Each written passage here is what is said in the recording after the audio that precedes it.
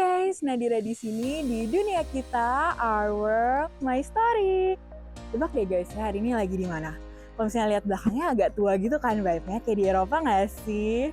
Tapi bohong, hari ini saya lagi di Forest Hills, Queens. Itu salah satu neighborhood yang paling saya suka dan paling cantik di Queens.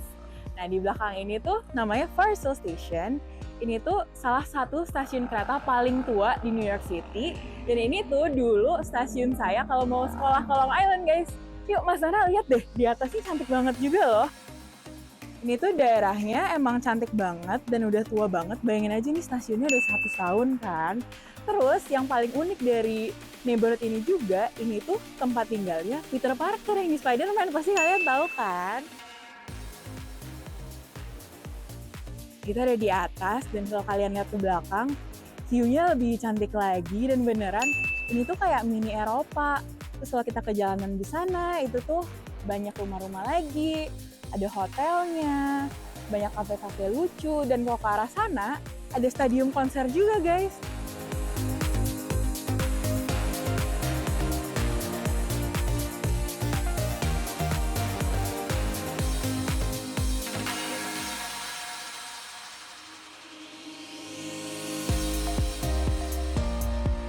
Pas banget nih guys, ini ada kereta yang baru sampai dan itu tujuannya ke Hampstead di Long Island.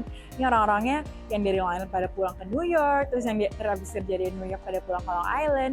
Dan kalau misalnya di sini tuh keretanya bukan flat fare, jadi harganya itu beda-beda tergantung tujuannya.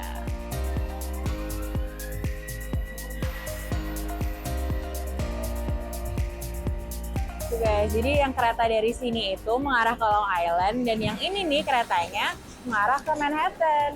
Terus biasanya nih kalau misalnya pagi-pagi kan saya dulu sekolahnya suka ngejar kereta yang paling pagi ya, karena kan jauh ke Long Island, biasanya 2 jam. Jadi biasanya tuh kalau beli tiket bisa di sini atau bisa online juga ada aplikasinya. Cuman buat orang-orang yang selalu last minute kayak saya biasanya sih belinya online ya. Cuman nih, ini kita bisa tap pakai kartu, terus bisa cash juga. Jadi bayarnya bisa macam-macam juga di sini. Terus di sini guys, kalian tuh juga bisa lihat jadwal kereta yang akan datang. Cuman saya sih lebih prefer di aplikasi ya, tuh kalian bisa cek. Kayak misalnya ini ada kereta jam 4.39 ke arah Rongkongkoma, tuh pas di situ juga. Dan di sana enaknya dia tuh juga ditulis stop-stop yang bakal keretanya datengin gitu. Jadi nggak bakal nyasar ya pokoknya kalau di sini.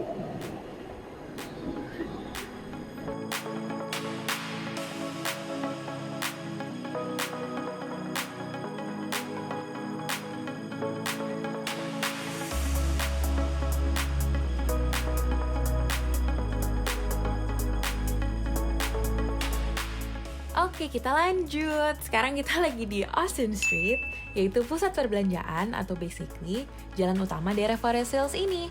Nah, di sini tuh ada banyak banget toko-toko dan restoran. Contohnya ini nih di kanan, namanya Martha's Country Bakery dan ini itu toko kue favorit saya. Lihat aja nih, kita bisa ngintip kan dari kacanya, udah kelihatan ada banyak banget pilihannya dari pie. Terus ini lihat tuh tartnya, buahnya segar banget. Terus di kiri ada banyak juga pilihan slice kuenya. Dan rasanya nggak usah ditanya, enak banget. Terus guys, deket sini ada yang jualan kacang juga. Nah, ini tokonya namanya Nuts Factory. Dan bener dong, ini isinya tuh hampir 70% tuh emang kacang. Terus ini rasa-rasanya juga banyak pilihannya. Menarik juga nih, ada yang Nutella, terus kan ini tiramisu almond. Di atas tuh ada yang udah dipak-pakin juga. Cuman kalau saya sendiri sih sukanya milih-milih sendiri ya, karena rasanya juga banyak dan dijualnya per setengah pound.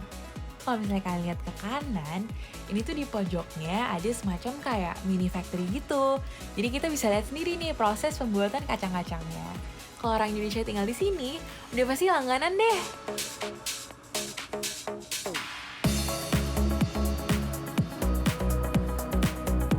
Banyak kan pilihan cemilannya, cuman yang paling saya suka itu sebenarnya food trucknya sih. Ini tuh bukan banyak, tapi pilihan makanannya tuh macem-macem. Kayak ini nih contohnya, ini namanya King Souvlaki, dan dia tuh jualan makanan Yunani. Selain itu ada juga makanan Asia, Mexican, dan pastinya halal food. Nah, ini pusat jalanannya nih guys. Nah, selain makanan, ada banyak toko-toko lokal dan brand-brand besar juga. Kalau kalian jalan ke arah kanan, terus lurus agak jauh dikit lagi, kalian udah masuk nih ke daerah perumahannya namanya Forest Hills Gardens. Nah ini tuh rumahnya cantik-cantik banget dan besar banget juga. Sampai ini rasanya udah gak kayak di New York City gak sih?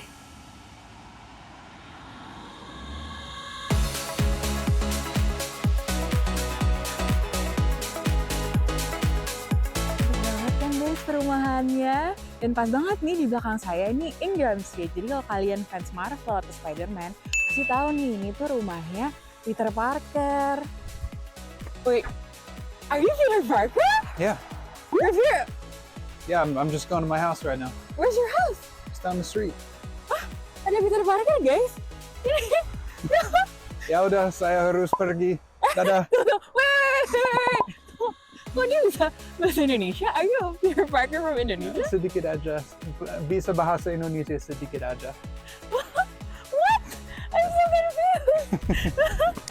Itu dia guys, di New York pasti ada aja ceritanya. Dan kalau jalan-jalan di sini, lihat kanan kiri, mungkin bisa aja kalian ketemu artis.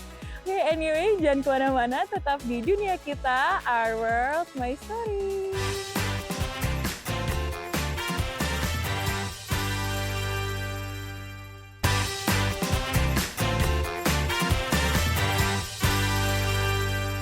Kembali lagi di dunia kita, Our World, My Story. Sekarang kita kedatangan tamu lagi guys. Hari ini kita lagi sama Kak Juju atau nama aslinya Julita Pratiwi. Dan Kak Juju ini tuh lagi ngambil S2 di NYU Tisch. Cuman uniknya program yang diambil tuh jarang banget ya. Apa sih programnya? Nama program yang aku ambil itu Moving Image Archive and Preservation, atau kalau di bahasa Indonesiain itu Arsip dan Preservasi Gambar Bergerak.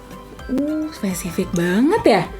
Bahkan aku aja sendiri nggak tahu loh kalau ada program itu. Kalau misalnya Kak Juju nggak ngambil itu. Dan ada berapa orang yang satu angkatan di situ? Jadi disingkatnya itu kan MIAP ya, Moving Image Archive and Preservation ini. Dia di bawah Departemen Cinema Studies.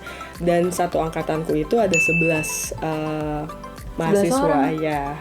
Kayak les jadi. Ini kita kayak les intensif. Intensif banget ya. Iya. Terus kalau misalnya itu sehari-hari itu berarti ngapain programnya? Programnya kita belajar banyak hal sih. Jadi ada pelajaran tentang collection management, ada pelajaran video preservation, digital preservation, basic issue and training. Jadi kita seringnya itu bolak-balik ke laboratorium film, belajar cara benerin film yang rusak. Jadi praktek banget ya? Cukup praktek.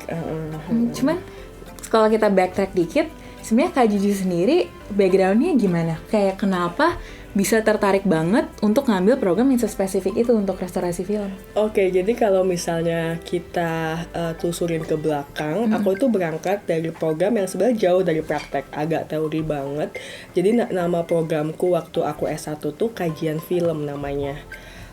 Dan ketika aku lulus itu, aku banyak kayak bergelut karirnya itu di kayak ranah edukasi film, penelitian film. Terus aku ngerasa, kok kalau aku mau neliti film itu, aku kayak ngerasa kurang bahan-bahan yang dibutuhin nih buat neliti lebih jauh, apa ya yang kurang. Dan aku ngerasa kayaknya untuk bisa menjadi peneliti film yang baik, perlu juga nih untuk mempelajari yang namanya arsip film. Disitulah akhirnya aku mulai nyari tahu tuh ada nggak sih program tentang itu. Dan di dunia ini kayaknya cuma sekitar kurang dari 15 program deh yang menawarkan program arsip dan preservasi gambar bergerak. Kak Juju juga bawa nih alat-alat yang dipakai buat biasanya ini prakteknya ya. Iya. Udah kayak dokter ya, ngebedah-bedah film. Coba ini ada apa aja nih? Jadi ini tuh sebenarnya yang kayak perkakas yang biasa kita jumpain ketika kita ada di ruang operasi. Jadi bener kata Nadia, aku tuh suka mendeskripsikan yang namanya dunia preservasi film itu tuh kayak dunia kedokteran gitu. Bedanya tuh pasien kita bukan manusia, tapi pasien kita adalah film gitu. Dan jadi ketika film itu robek, kita mencoba untuk menempelkan semacam solasi. Sebenarnya seharusnya ada kayak solasi khusus yang ada perforasinya. Dan format film yang bisa kita jumpai itu macam-macam. Ini aku cuma ngasih sampel contoh dari 16 mm. Ini kayak gini teman-teman dengan perforasi di samping. Dan sebenarnya nih aku nggak boleh nih pakai kayak Tangan langsung ya. Dosa banget kayak Dosa gini ya. harus pakai glove karena kan bisa nempel kayak minyak di pori-pori tangan kita dan atau sidik jari kita. Jadi cara megangnya pun juga kayak gini. Dan menarik. ada juga format lain itu 35 mm, itu format yang biasa dipakai di industri di ranah profesional, dan ini 2 kali lipat lebih lebar daripada ini. Kalau 16 mm ini tuh terkenalnya itu di film-film dokumenter atau eksperimental gitu. Terus kalau misalnya lagi restorasi nih, Iya. terus ada frame yang apa ya, misalnya ada nodanya atau kurang bagus, itu biasanya diakalinnya gimana sih? Kita itu ada kayak cairan khusus kayak isoprofil buat ngebersihin, dan biasa tuh kalau khususnya untuk restorasi digital ya, karena kan restorasi itu juga ada dari film ke film, ada yang digital. Kalau di digital itu kita menggunakan kayak satu mesin scanner, dan di mesin scanner itu ada yang kita sebut kayak wet gate. Jadi emang sebelum filmnya itu di-scan, dia itu melalui kayak tempat pembersihan filmnya sendiri. Jadi supaya tadi kayak kata Nadira tuh nggak kelihatan apa tadi sidik-sidik jari, minyak-minyak dan segala macam. Beneran kayak dokter banget ya. Menarik banget. Iya, Terus Kak Juju ini juga udah sempet intern kemarin tuh pas summer ke Brazil nggak sih? Terus itu gimana, cerita dikit dong. Pengalaman di sana gimana sih? Oke, jadi untuk programku mereka tuh memang bekerja sama dengan beberapa institusi. Ada institusi namanya itu LUPA-UF. Jadi ini adalah sekolah universitas publik yang ada di Rio de Janeiro, Brazil. Jadi sekolah ini tuh punya yang namanya laboratorium film. Ada laboratorium Namanya sendiri. lupa ya. Jadi karena waktu di tahun 2018 mereka pernah bikin program bersama, program Apex. Terus aku akhirnya dapat kesempatan 2 bulan buat magang di sana, dan karena aku bilang sama director dari programku, aku ingin bekerja di sebuah tempat di mana karakteristik dan tantangannya itu mungkin serupa sama ketika aku ada di Indonesia. Akhir-akhirin kita tuh lebih ke preservasi film. Kalau preservasi tuh berarti lebih ke gimana? Lebih istilahnya tuh kayak lebih umum gitu, kayak mungkin lebih mendekatinya itu sama istilah konservasi ya. Lebih untuk bagaimana film ini bertahan, pemeliharaan film jangka panjang gitu, 50-100 tahun. Ini kalau dari Kak Juju sendiri ada ini nggak pesan atau tips buat orang-orang Indonesia yang mungkin mikir ada keinginan untuk mengikuti your path di sini? Mungkin lebih ke selalu percaya sama hal yang selama ini kita yakinin. Kalau dari aku selalu percaya akan keyakinan sejarah film untuk terus bisa bergerak dan dinarasikan lagi dan lagi. Jadi aku selalu berpegang teguh sama itu sih. Dan buat teman-teman yang punya peminatan yang sangat spesifik banget, percayalah sama peminatan yang spesifik itu, meskipun secara umum tidak terlalu masih niche banget, tidak terlalu didengar atau tidak terlalu terekspos, tapi percaya dengan kekuatan niche itu sih, Kak. Oke guys, ini Bu Dokternya sibuk ya, banyak pasien film-film yang belum di-handle ya kayaknya ya. Anyway, Kak Juju thank you udah diluangin waktunya buat ngobrol dikit sama aku. Jangan kemana-mana, tetap di dunia kita, our world, My story.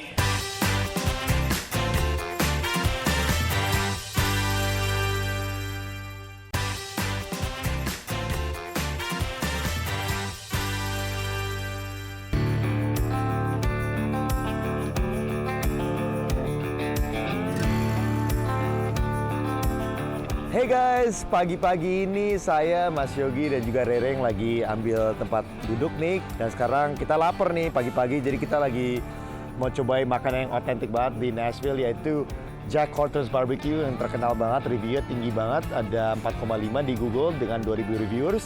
Dan katanya semua dagingnya tuh dimasak 24 jam sebelum. Tapi walaupun masak 24 jam, mereka tetap ada drive-thru yang menarik banget. Jadi kayaknya enak banget nih, restoran yang sangat otentik, Nashville. Let's go inside and check it out.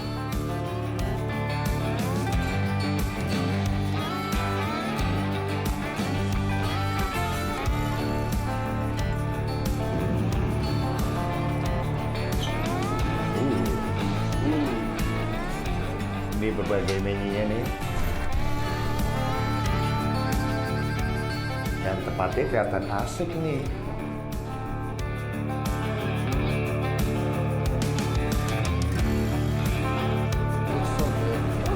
You want you getting it? I'll just get the brisket. Oke. Oh, ada turkey juga. Brisket and ribs. Actually, you can do, so there's 2 meat combo and 3 meat combo as well. Oh, maybe I'll do the 2 meats. I could try the turkey.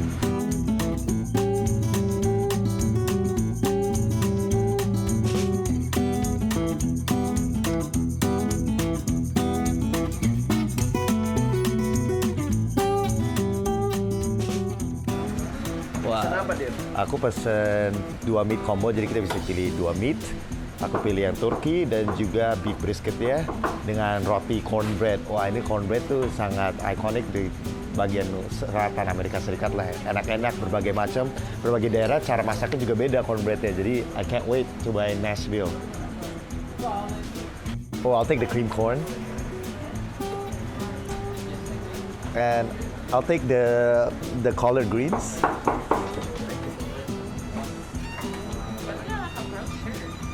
Oh, cool.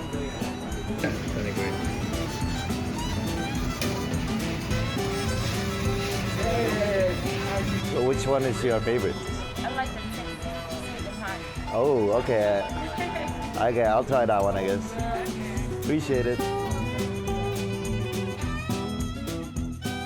Jadi dia nih teman-teman berbagai saus barbecue yang direcommended dengan servernya yang Texas Sweet Hot. Jadi kayak mau coba yang Texas Sweet Hot dan juga yang mungkin yang Tennessee ya, karena kita di negara bagian Tennessee.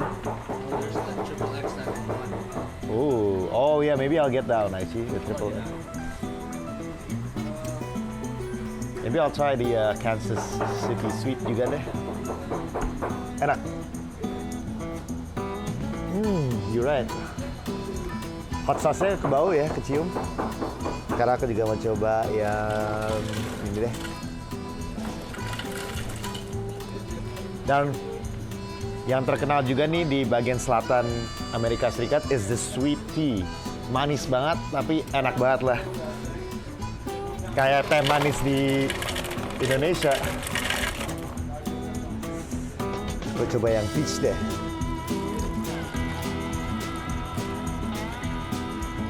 Asik.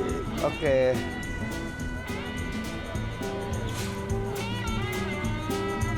Siap makan?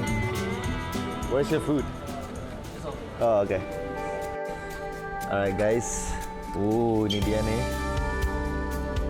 My food.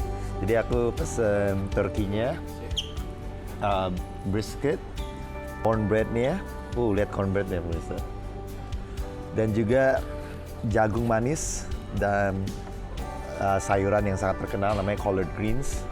Aku kasih lihat deh teman-teman makanan saya. Ini turkey-nya, ini beef-nya, collard green,